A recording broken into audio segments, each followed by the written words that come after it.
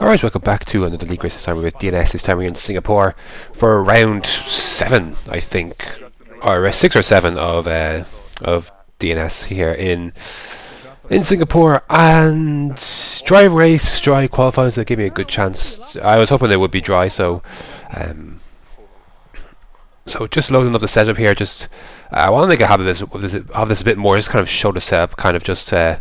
Because I ended up doing that for myself in many ways. Why? Because I adjust quite a few things here and there in setups for when it comes to comes to things like this. So I end up forgetting what it is. So I refer to my own videos to remember why I actually ran. So that's what we're running. We're running 7 ballast. A lot of people are running 8 ballast, but I was actually running 7. I'm not sure how I feel about that still. But we're gonna go on board for this lap because this lap felt. I'm watching this for the first time since I've did it, and this lap felt great and it felt shite at the same time. So.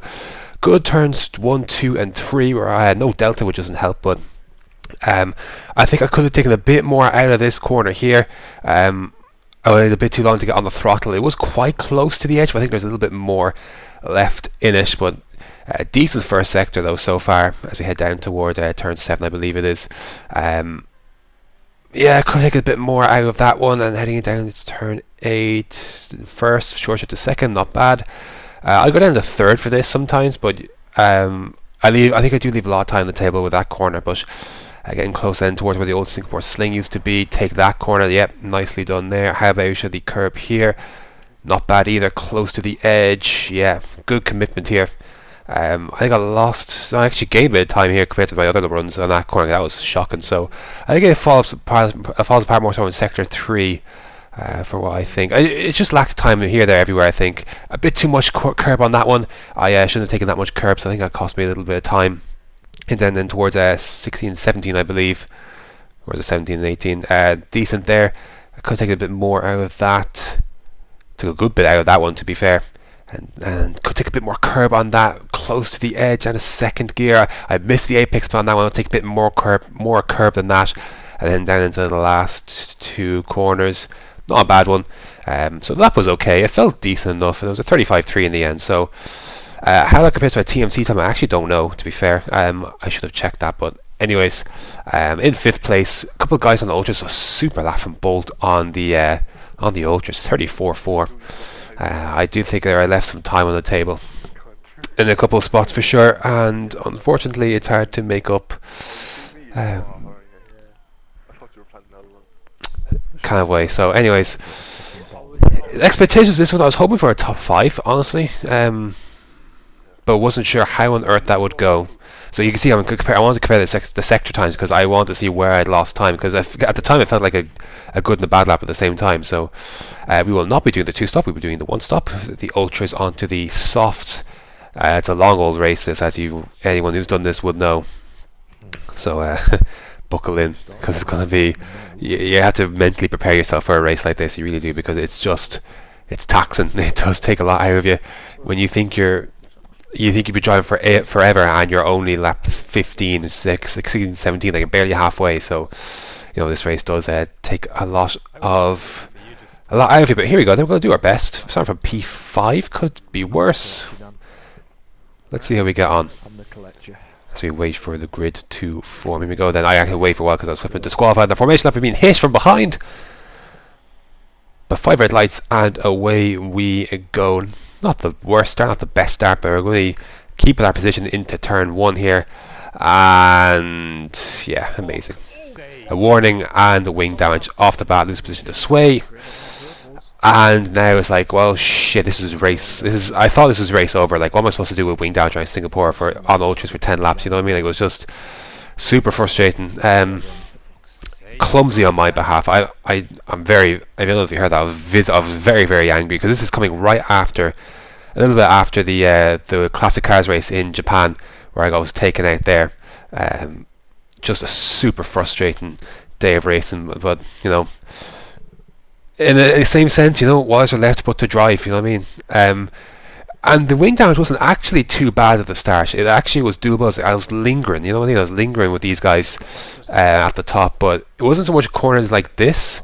It was more so corners like this, the long corner, especially this last sector as Matt dives into the pits, where you would really feel the lack of long corner grip. So for the short direction stuff, not too bad, but for the longer stuff, it hurt a bit more. I was keeping pace with these guys at the first few laps with wing damage. Dan has wing damage behind as well. Not sure how he ended up getting. He might have hit the back of me. I'm not sure, but a little bit of a traffic jam here. Lap 5. I think the hypers of Scubas have died, and there's a little bit of a bottleneck situation here. So he got peeled into the pits, and it put me back within DRS for the time being, but it didn't take long for Sway to drop me from DRS. And once at this part of the race, lap 6 onwards, DRS it was really bad. I lost a lot of time. Lap 10, I just debated where to do the 2-stop at this point, change the wing, but eventually I decided to just wing it, and go for the one. I guess in the back of my car hit the barrier there, and that almost sent me round. But we decided to stay with the stint until the schedule stop, and change the wing, go to the sauce, and see what we could do from there. I underfueled the car. As you can see, I got lean fuel. I think I'm minus 0.2.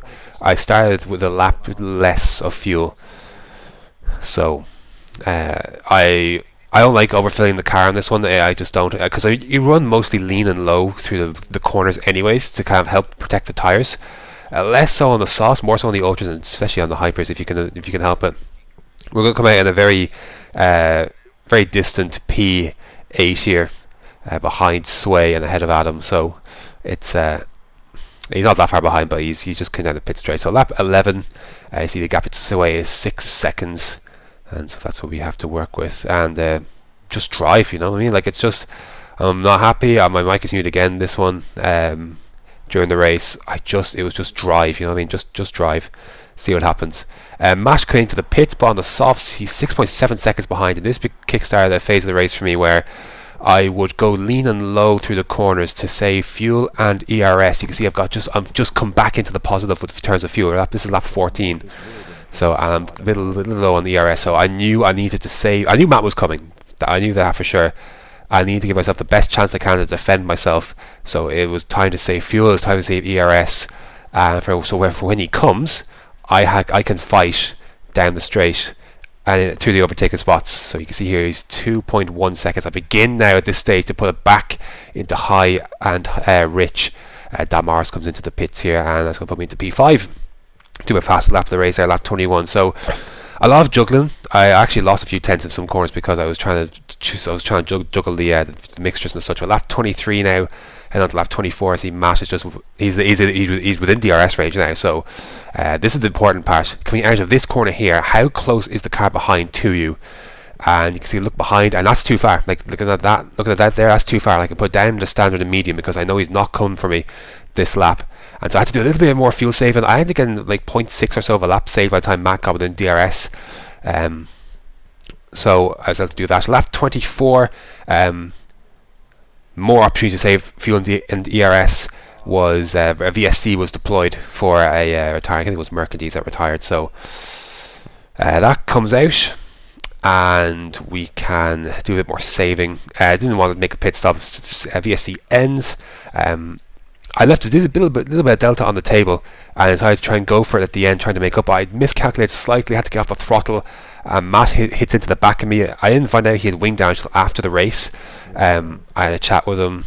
We were just chatting, obviously we were in the party, and asked if I had broke too suddenly down that strip. He said no, he just ran into the back of me. So anyways, 12 seconds of Sway in front, 1.1 seconds of Matt broke DRS. I obviously didn't know till afterwards. I had damaged the wing. So yeah, lap 31, this is the end of the race. P5, the other thing, first of all, when it comes to Matt, with that wing damage, even if he didn't have wing damage, I felt like I had enough fuel and enough ERS to defend, enough straight line speed to defend, and I knew he had 6 seconds worth of pens, so I knew he wasn't getting away in that regard. So I felt fairly confident about that. So I feel like I could have kept that position regardless. But it's going to be P5, not terrible in the end. It's not a bad recovery drive, all things considered. Considering where things were. To finish where I started, no penalties, especially after I got 2 warnings in the first few laps with wing damage. Obviously one coming at the first corner.